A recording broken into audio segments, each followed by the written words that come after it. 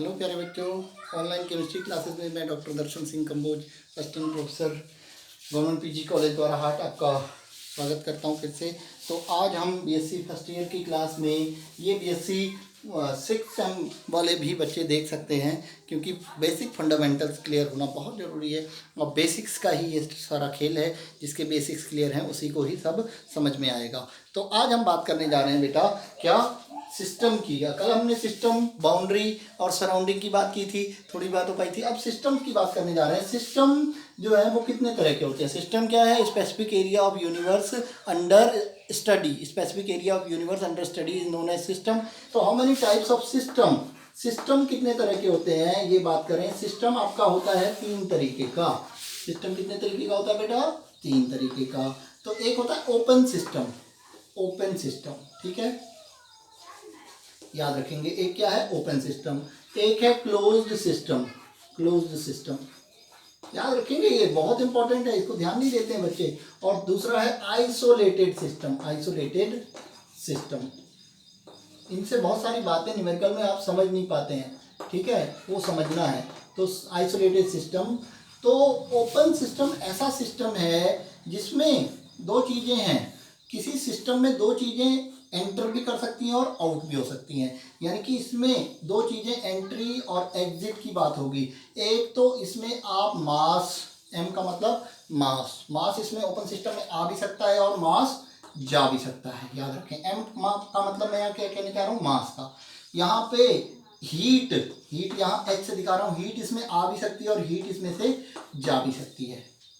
मास आ भी सकता है, इसमें एंटर भी कर सकता है, यानी कि थोड़ा और डाल भी सकते हैं और निकाल भी सकते हैं कोई चीज़ सिस्टम के अंदर, जो भी चीज़ प्रेजेंट है। और हीट इसको दे भी सकते हैं और इससे हीट ले भी सकते हैं। ये तो सिस्टम हो गया ओपन। लेकिन इसमें जो क्लोज सिस्टम है, इसमें ओनली हम हीट दे सकते हैं या ले सकते हैं, मास नहीं। एच दे सकते हैं और ले भी सकते हैं, लेकिन मास जो है वो ना दे सकते हैं ना ले सकते हैं। Heat can be given to the system and taken from the system. और मास हम ना दे सकते हैं ना ले सकते हैं, यानी कि जैसे किसी बीकर में पानी भरा हो थोड़ा, उसको गर्म भी कर सकते हैं और ठंडा भी कर सकते हैं, लेकिन अगर पूरा ऊपर से सील करके बंद कर दिया तो उसका अंदर का पानी ना बाहर आ सकता है ना बाहर का पानी अंदर जा सकता है, यानी कि किसी जो उसमें मैटर है वो मैटर उसमें एंटर भी नहीं कर सकता और उसमें से एग्जिट भी नहीं कर सकता है। ये तो हो गया क्लोज सिस्टम। अब तीसरा सिस्टम हम जिसकी बात करने जा रहे हैं, आइसोलेटेड सिस्टम। इसमें ना तो हीट का ट्रांसफर होगा ना मास का ट्रांसफर होगा। हीट ना तो सिस्टम में जाएगी ना आएगी, ये बिल्कुल अलग थलग सिस्टम होगा, यानी कि जितनी इसमें हीट है उतनी होगी, वो ना बाहर आएगी ना अंदर जाएगी कहीं से, ठीक है। तो हीट का ट्रांसफर भी नहीं होगा और मास का ट्रांसफर भी होगा नहीं होगा। इसमें दोनों ट्रांसफर होते हैं, इसमें कोई ट्रांसफर नहीं होता, इसमें केवल हीट ट्रांसफर होती है, ठीक है। Open system, close system and isolated system, ये तो बहुत सिंपल सी बात हो गई। अब इसके बाद हम बात करने जा रहे हैं सिस्टम के बाद थर्मोडायनेमिक प्रॉपर्टी की, ठीक है, थर्मोडायनेमिक प्रॉपर्टीज की। थर्मोडायनेमिक प्रॉपर्टीज क्या होती हैं, या मीजरेबल प्रॉपर्टीज भी कहते हैं, ठीक है। Thermodynamic properties, thermodynamic properties. What are thermodynamic properties beta?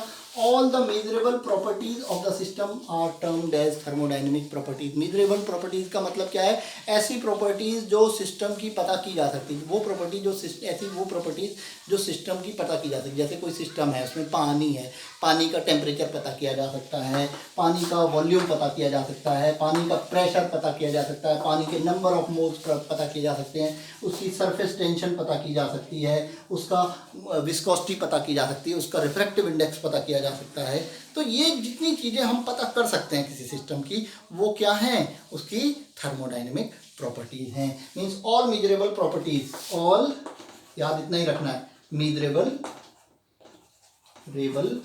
Properties of the system are known as thermodynamic properties. Generally हमारे पास 3 की वैल्यू ज़्यादा होती है, हम बात करते हैं वो क्यों ये बात करते हैं। तो थर्मोडायनेमिक प्रॉपर्टीज जो होती हैं वो मेजरेबल प्रॉपर्टीज होती हैं। अब state of the system, state, अच्छा हाँ, थर्मोडायनेमिक प्रॉपर्टीज कितने तरह की होती है ये देख लेते हैं पहले। Sorry, thermodynamic properties, types of thermodynamic properties. बेटा thermodynamic properties are of 2 types. ये कंपटीशन के लिए बहुत बहुत बहुत इंपॉर्टेंट है, याद रखिए, बहुत इंपॉर्टेंट है, इसमें हमेशा गड़बड़ होती है, हमेशा ही गड़बड़ होती है। ठीक है, बच्चे गलत आंसर दे के आते हैं इसका।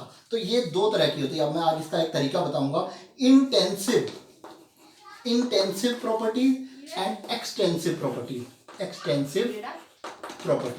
इंटेंसिव प्रॉपर्टी, इन का मतलब है इंडिपेंडेंट, याद रखिए, इनका मतलब है इंडिपेंडेंट।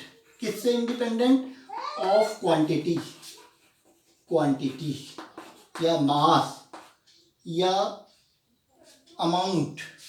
मतलब ऐसी प्रॉपर्टी जो अमाउंट पे डिपेंड नहीं करेगी, सिस्टम में कितना अमाउंट है उस पे डिपेंड नहीं करेगी, वो प्रॉपर्टी क्या कहलाएगी?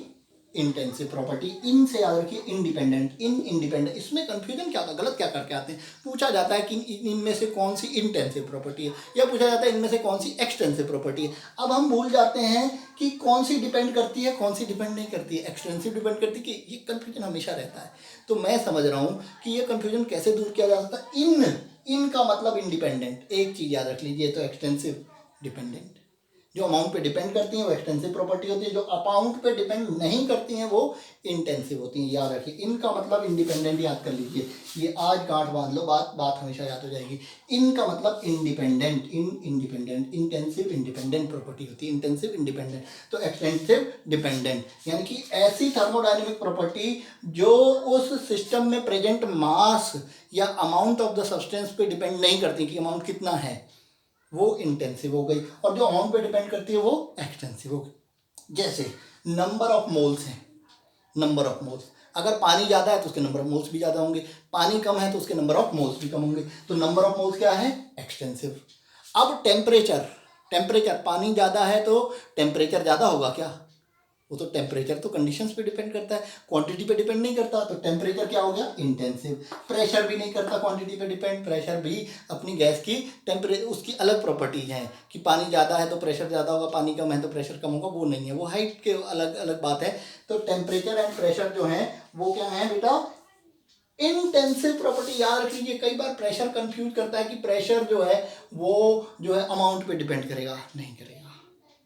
प्रेशर अमाउंट पे डिपेंड नहीं करेगा। वैसे ऐसा लगता है कि पानी कहीं ज़्यादा भरा होगा तो प्रेशर ज़्यादा होगा, वो प्रेशर हाइड्रोलिक प्रेशर की बात नहीं हो रही है, वो पानी के अपने प्रेशर की बात हो रही है, जो प्रेशर अपनी वॉल्स पे एक्सर्ट करता है वो। ठीक है, हाइड्रोलिक प्रेशर अलग चीज़ है, वो हाइट पे डिपेंड करता है, सब मैटर की हाइट कितनी है उस पर डिपेंड करता है। हाइड्रोलिक प्रेशर से कंफ्यूज नहीं करना है, ये सिस्टम का अपना प्रेशर है। टेम्परेचर, प्रेशर, ये इंटेंसिव प्रॉपर्टी हैं। इसके अलावा सरफेस टेंशन, ये कितना पानी है उस पर डिपेंड नहीं करेगा। रिफ्रैक्टिव इंडेक्स, ठीक है, रिफ्रैक्टिव इंडेक्स,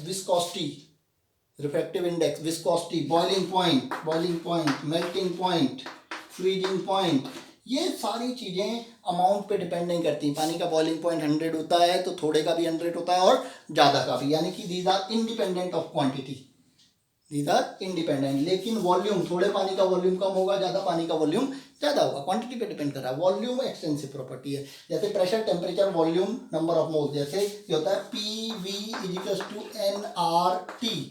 तो इसमें से देखिए V और N एक्सटेंसिव है, P और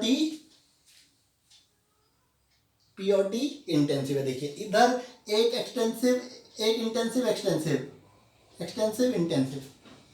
PV = RT, ये ले लें, PV = nRT। तो इन दो में से ये जो चार हैं, PV = nRT, एक इंटेंसिव, एक एक्सटेंसिव, एक एक्सटेंसिव, इंटेंसिव, ऐसा करके रिलेशन होता है। एक्सटेंसिव और इंटेंसिव प्रॉपर्टी एक क्वांटिटी पे डिपेंड करेगी, एक क्वांटिटी पे डिपेंड नहीं करेगी। ठीक है, ऐसे ही pressure, volume, number of moles, EH, SG, ये सब थर्मोडायनेमिक स्टेट फंक्शंस हैं। All thermodynamic state functions are extensive property. मतलब इंटरनल एनर्जी, क्वांटिटी ज़्यादा होगी इंटरनल एनर्जी भी ज़्यादा होगी, क्वांटिटी कम होगी एंथैल्पी भी कम होगी, क्वांटिटी ज़्यादा होगी एंथैल्पी भी ज़्यादा होगी। ये सभी जो हैं ये क्या है बेटा? एक्सटेंसिव प्रॉपर्टी हैं। लेकिन अगर इसमें बहुत मज़ेदार बात क्या है, अगर डेल्टा H की बात है, H एक्सटेंसिव है, लेकिन डेल्टा H जो है वो डेल्टा H या ये कहें, अब हाँ, कोई भी, अगर हम कहें कि कोई भी एक्सटेंसिव प्रॉपर्टी है और उसके आगे हमने लिख दिया मोलर, तो वो इंटेंसिव बन जाएगी। Every extensive property molar internal energy, वो इंटेंसिव हो जाएगी। मोलर इंथैल्पी इंटेंसिव हो जाएगी, मोलर एंट्रोपी इंटेंसिव हो जाएगी, molar gives free energy intensive. कोई भी एक्सटेंसिव प्रॉपर्टी अगर मोलर हो जाती है तो वो इंटेंसिव हो जाती है। मोलर मतलब मोलर का मतलब एक मोल के लिए है तो क्वांटिटी फिक्स कर दी, क्वांटिटी फिक्स होगी, क्वांटिटी बदलेगी ही नहीं, तो क्वांटिटी बदलेगी नहीं तो क्वांटिटी से इंडिपेंडेंट हो जाएगी। तो molar extensive properties are intensive, याद रख लीजिए। मोलर कोई भी molar extensive properties are intensive. ये ऐसे सेंटेंस कई बार ट्रू फॉल्स में आ जाते हैं कि नीचे इनमें से कौन सा ट्रू है कौन सा फॉल्स है। तो molar extensive properties are intensive properties, correct है, ठीक है। लेकिन मोलर ये इंटेंसिव प्रॉपर्टी एक्सटेंसिव नहीं बनती, ये भी याद रखिए। ये मोलर होंगी तो ये एक्सटेंसिव नहीं बन जाएंगी। ये इंटेंसिव की, ये हमेशा इंटेंसिव थी, इंटेंसिव हैं और इंटेंसिव ही रहेंगी। ये सारी थर्मोडायनेमिक प्रॉपर्टीज हो गई। अब state of the system, state of the system की बात करें कि एक चीज और, जितनी भी एक्सटेंसिव प्रॉपर्टीज हैं बेटा वो एडिटिव प्रॉपर्टीज होती हैं। ऑल एक्सटेंसिव प्रॉपर्टीज, क्योंकि अमाउंट ऐड करिए तो प्रॉपर्टी भी ऐड होती है, अमाउंट ऐड करिए प्रॉपर्टी भी ऐड होती है। तो all extensive properties are additive properties, ये भी याद रख लीजिए, लिख लीजिएगा। All extensive properties are